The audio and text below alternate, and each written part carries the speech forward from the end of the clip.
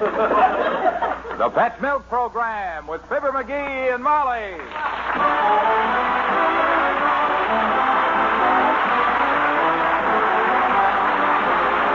The first evaporated milk, Pet Milk, presents Fibber, McGee, and Molly with Bill Thompson, Gail Gordon, Arthur Q. Bryan, Cliff Arquette, Tyler McVeigh, and me, Harlow Wilcox. The show is written by Phil Leslie and Keith Fowler and directed by Max Hutto, with music by the King's Men and Billy Mills Orchestra.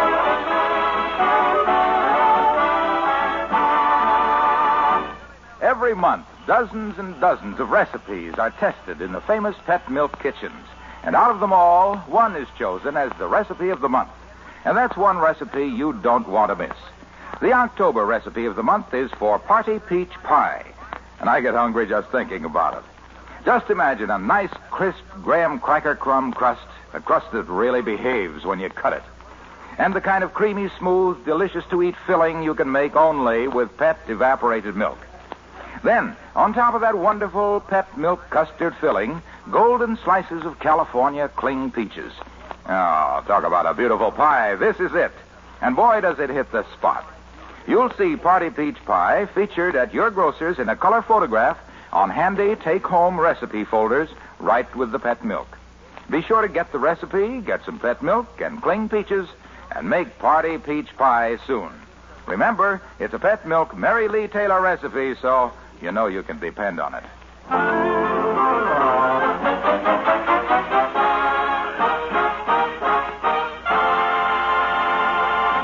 When the parents of Teeny, the little girl down the street, went away for a few days, they left her with the McGees at 79 Wistful Vista. This morning, she awoke with a slight swelling in one cheek. It doesn't bother Teeny in the least, but it has completely shattered the sensitive nerves of the weaker member of Fibber, McGee, and Molly.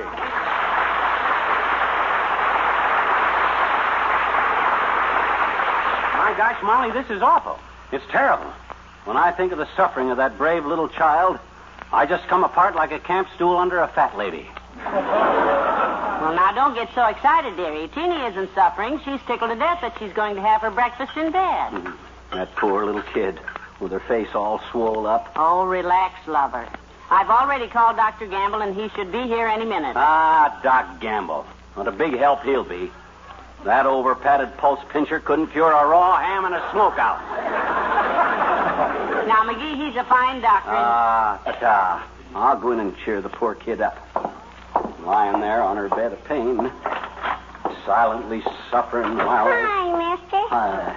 Did you bring my breakfast? And did you my breakfast? I'm hungry. Well, Mrs. McGee's fixing it, sis.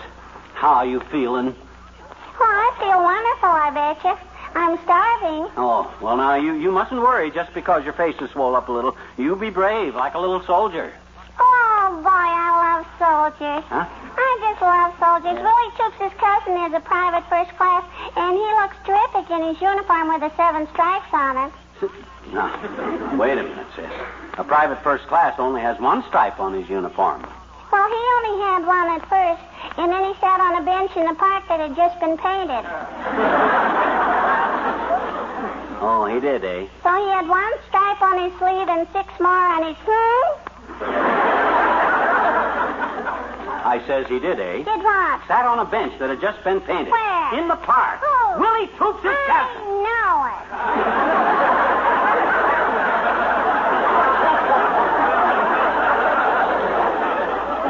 it. Okay, sis, just don't excite yourself.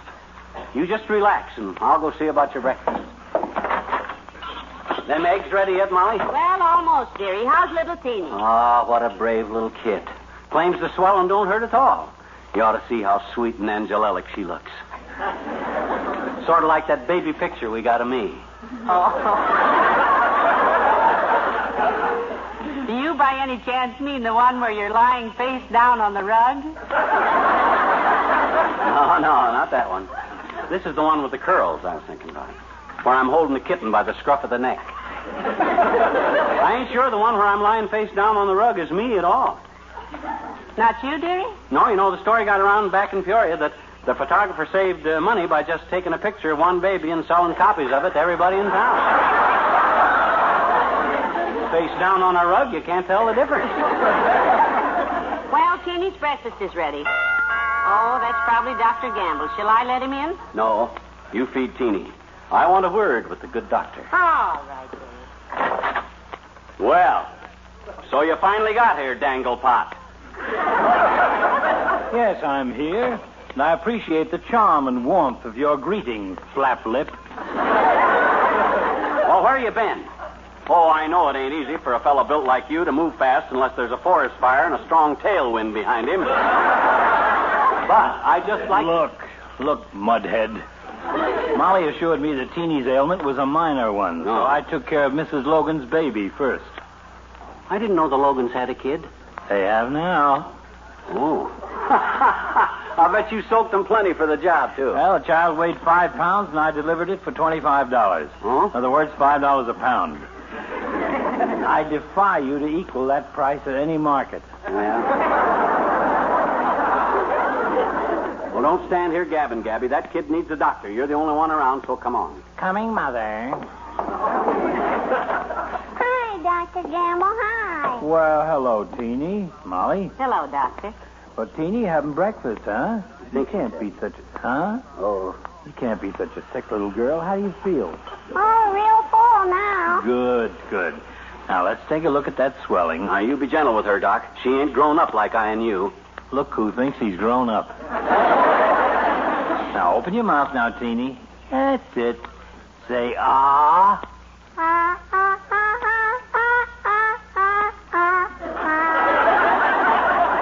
That's good. Yeah, well, that's very simple. Well, what is it, Doctor? Yeah, what is it, Doc? Is it serious? What is it, Doc? What is No, it's simply a loose baby tooth that's caused a little swelling. Oh. I'll make an appointment for Teeny to see a dentist this afternoon. He'll flip it out in no time. Oh, a dentist? I don't want to go to the dentist, Dr. Gamble. Now, don't you worry about a thing, Teeny. Old Uncle Fibber won't let him hurt you. Yeah, but gee, Willie Toops went to the dentist last week, and he hollered like everything, and they had to pull Willie's front tooth out of the dentist's leg.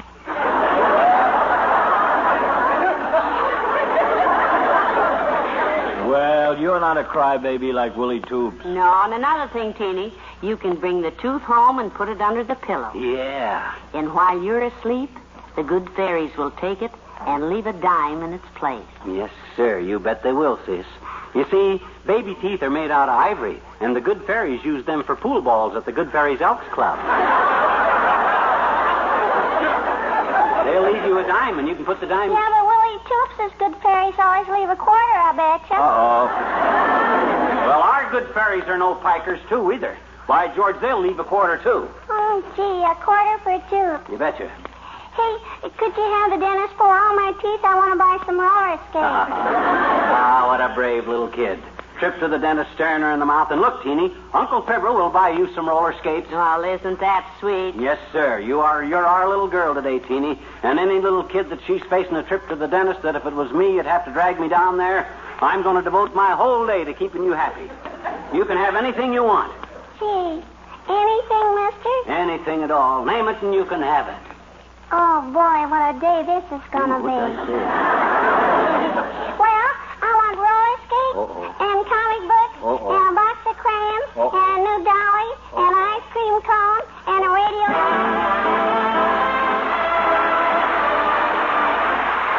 Billy Mills in the orchestra, and the world is waiting for the sunrise.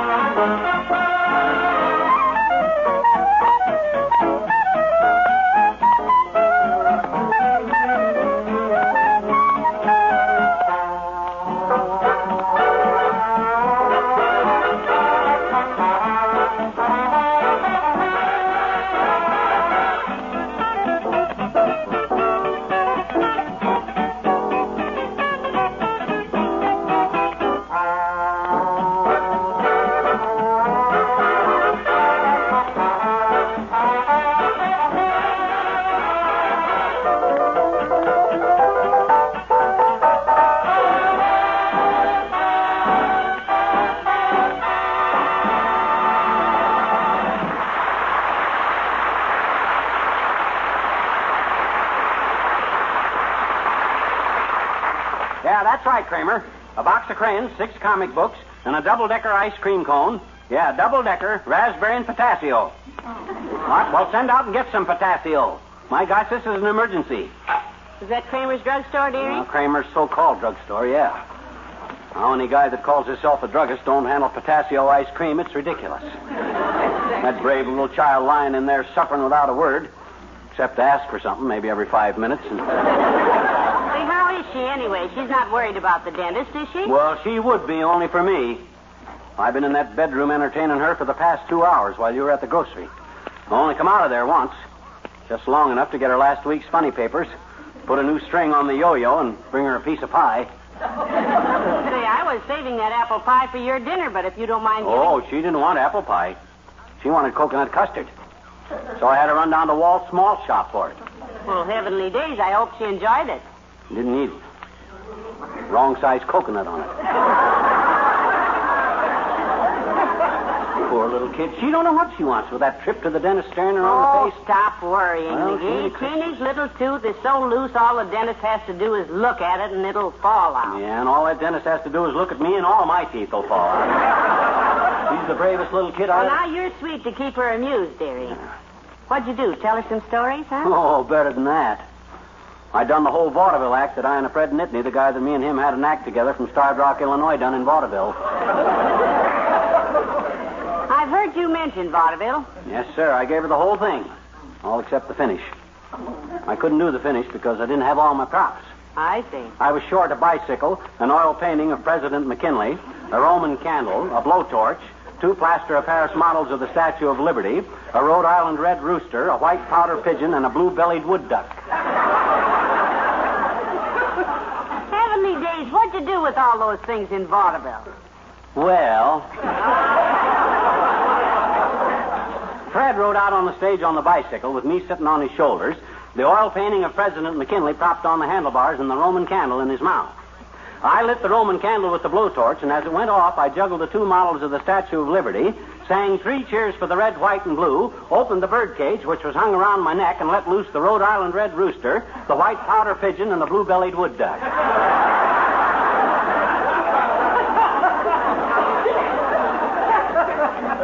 This caused quite a bit of comment.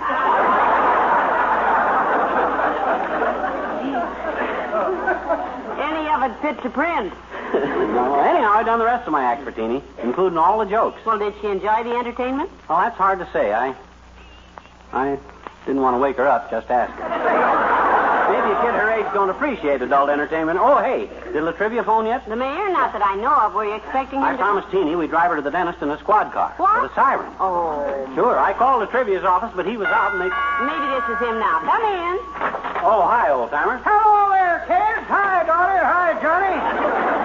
Well, hello, Mr. Oldtimer. How are you? Better than a bird dog, daughter. Not quite as shaggy today. Yeah? Got up early this morning and went out for a haircut. Is that so? I usually cut my hair in the house, but it was such a fine day I went out and cut it in the yard. Must have used a lawnmower from the looks of it. Well, I got problems here, old-timer. We got to take Teeny to the dentist at 3 o'clock. No, I love dentists, kid. Yeah? Never go near 'em myself, but I just love... Mr. McGee, hey, Mr. McGee, I'm awake now. Oh, that poor little kid. Well, I better get in there before she starts worrying about the dentist. I'll go cheer her up, Johnny. I'll entertain her. I'll tell her about when I was a gold miner up in Alaska. You stay right where you darn are. I'll go entertain Teeny. If you want to entertain somebody, entertain Molly. Thanks, friend. Well, sir, speaking of Alaska, daughter, them was the days. I lived up there amongst the Eskimos with my partner, a feller called No-Nose Nelson, on account of he didn't have no nose. My goodness, did he lose it in the fight? No, daughter. He kissed them Eskimo girls by rubbing your nose against theirs, and Nelson was mighty affectionate. Well,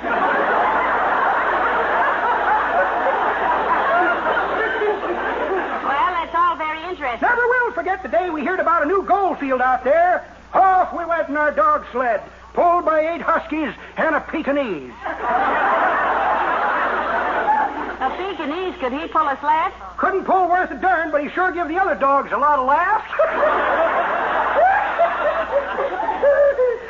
The very first day we dug out 140 pounds of pure Goldie. 140 pounds of pure gold, you mean? Goldie, daughter, dance hall hostess, and pure as a driven snow. fact, it was out of a snowbank that we dug her. She fell off the Saturday night sled from Dawson, and me and No-Nose flipped a coin. Am I boring you with this yarn, daughter? No, not at all, Mr. Oldtimer. Well, you're lucky. I find it a very dull story myself. So long. Oh, don't go away.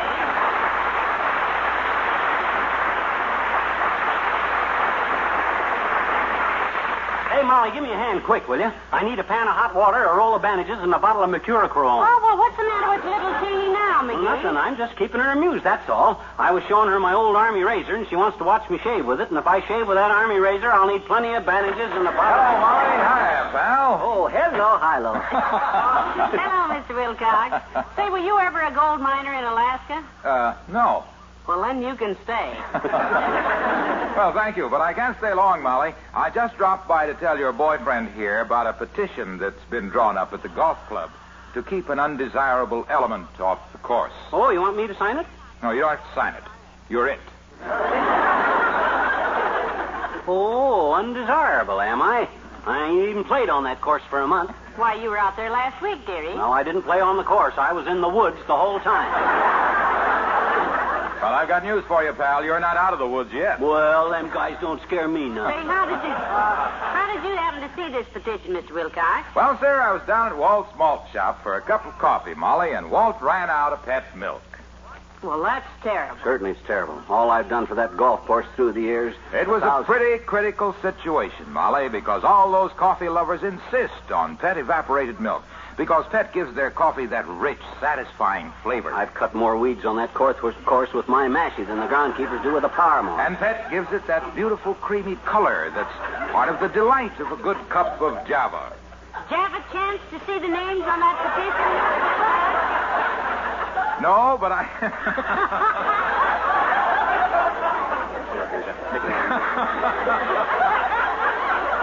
No, but I told Walt to hold it, and I'd run over to the grocery store and pick up a case of Pet for him.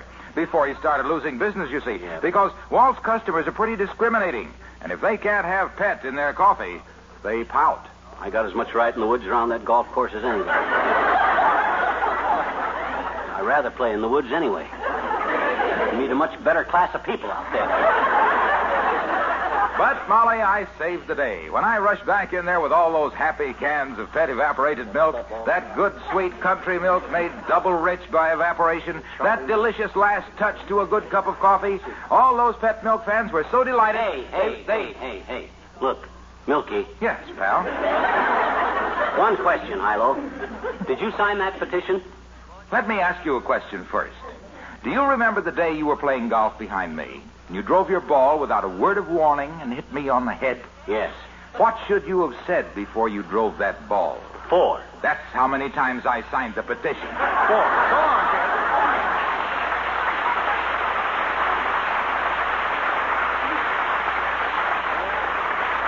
A wise guy. He's got news for me. Well, I got a little news for him, too. That petition wound up yesterday with Ole at the Elks Club, and he sold it to me for $3, and I burned it. Mr. Wilcox was just kidding anyway, dearie. Well, it's about time you got here, Latrivia. Hello, Molly. Hello, Mr. Mayor. Is this the way the mayor of this town treats a frantic call from a taxpayer that I left word I got an emergency? Knowing your idea of an emergency, McGee, I rushed over here as fast as I could. After a leisurely lunch, a workout on the handball court, and a shoe shine. What's the problem? Well, it's Teeny, Mr. Mayor. The youngster down the street. We have to take her to the dentist at 3 o'clock. And I promised her a ride in a squad car with a siren. Well, aren't you sweet? I think so. The way I look at it, nothing's too much trouble for me to ask somebody for when the happiness of a little child is at stake. You bring a squad car with you? No, but I have my own official car outside. Oh, that's wonderful, Mr. Mayor. Yeah, that the car the city gave you? The one that you had to drape a dead moose over the side of it when you took that trip to Yosemite to cover up where it says, for official use only? Oh.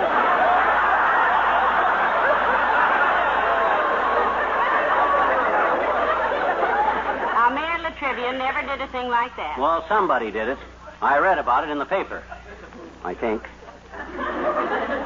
Think is a rather extravagant word for the clanking, grinding processes that go on between your generous ears, McGee. Well, thanks, boy.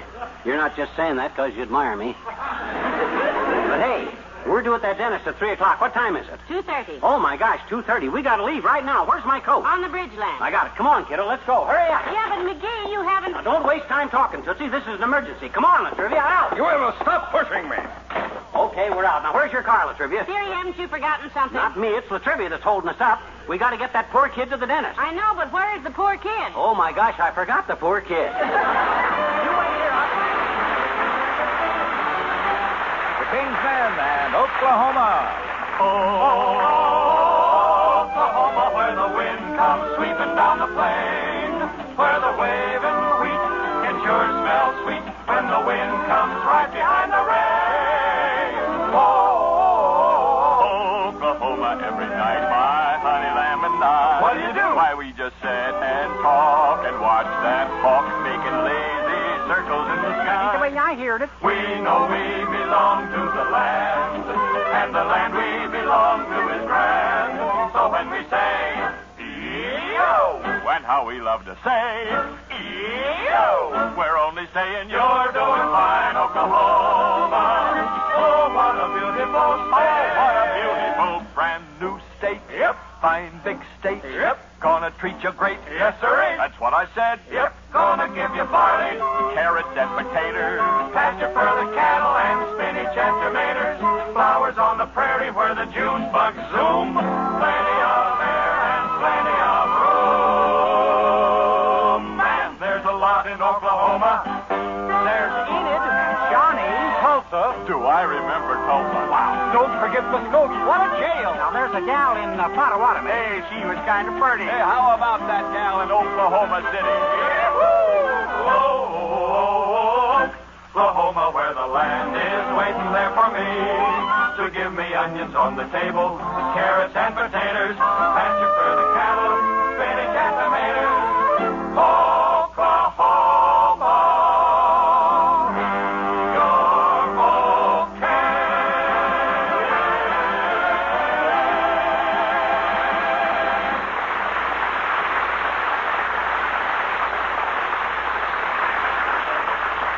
Well, come on, kids. Here's the dental building right here.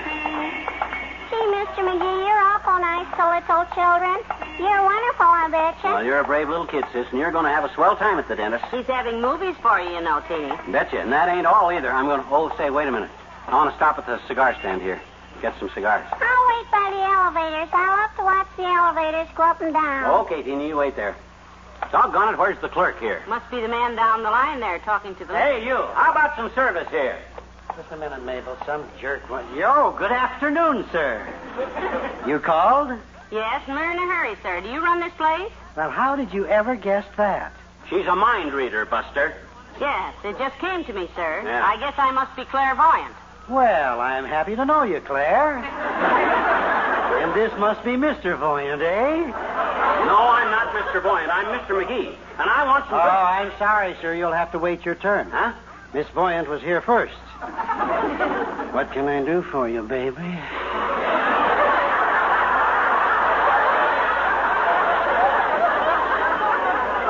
You can stop calling me baby and wait on us. We're going to the dentist, and my husband is fidgety.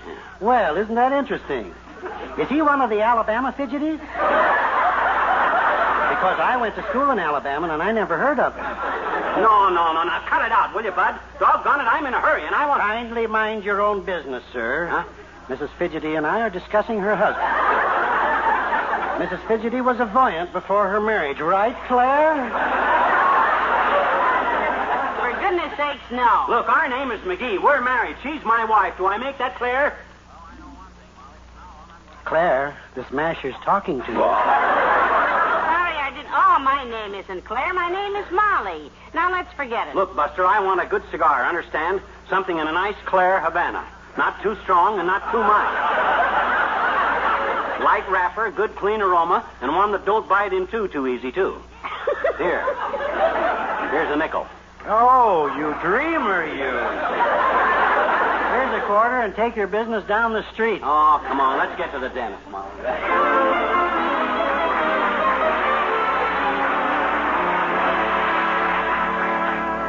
The doctor will be here in a minute now, Teeny, so don't you worry about a thing. No, sir, we're going to have fun today, Teeny.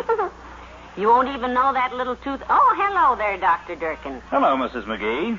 Well, I'm ready for the little patient. Oh, this is her, Doc. Is everything here that I ordered? Oh, yes, everything's ready, McGee. Good. Now, you just sit here in the chair, young lady. That's it. All right, send in the organ grinder. A monkey. Look at everybody, a real monkey. Yes, sir. Well, start the movie projector, Eddie. I studied 12 years for this. All right, Teeny, open your mouth now. Now, where is this loose tooth? Oh, I left it at home. You mean it's out? Sure. Huh? It came out this morning in the pistachio ice cream, mister. Oh, God. Sit on Hopalong Cabin. Oh, this is ridiculous.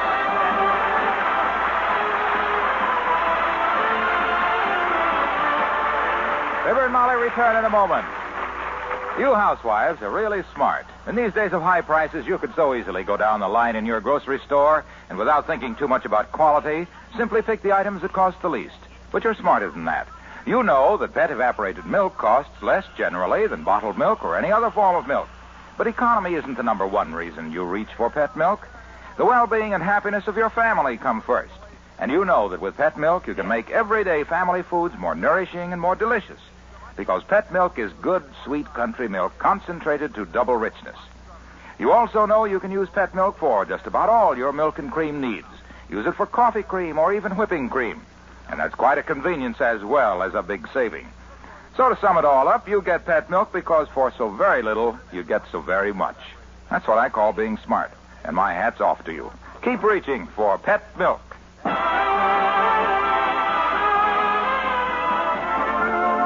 Teeny finally went to sleep, McGee. So talk softly. She's had quite a day.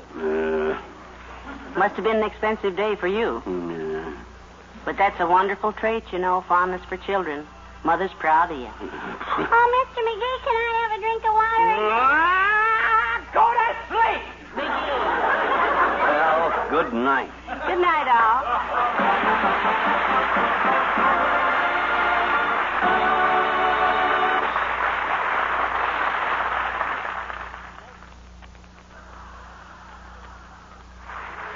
When a famous movie star comes to town, there's usually lots of excitement. But young wife Sally Carter finds that when the visiting movie star is an old acquaintance of husband Jim's, anything can happen, and does in the story of the week on Pet Milk's Mary Lee Taylor program next Saturday morning.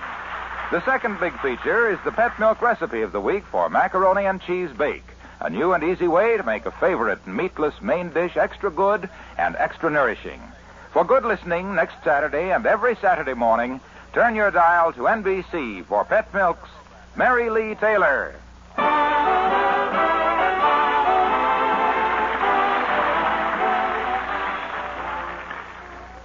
Next, it's Big Town, then Playhouse on Broadway on NBC.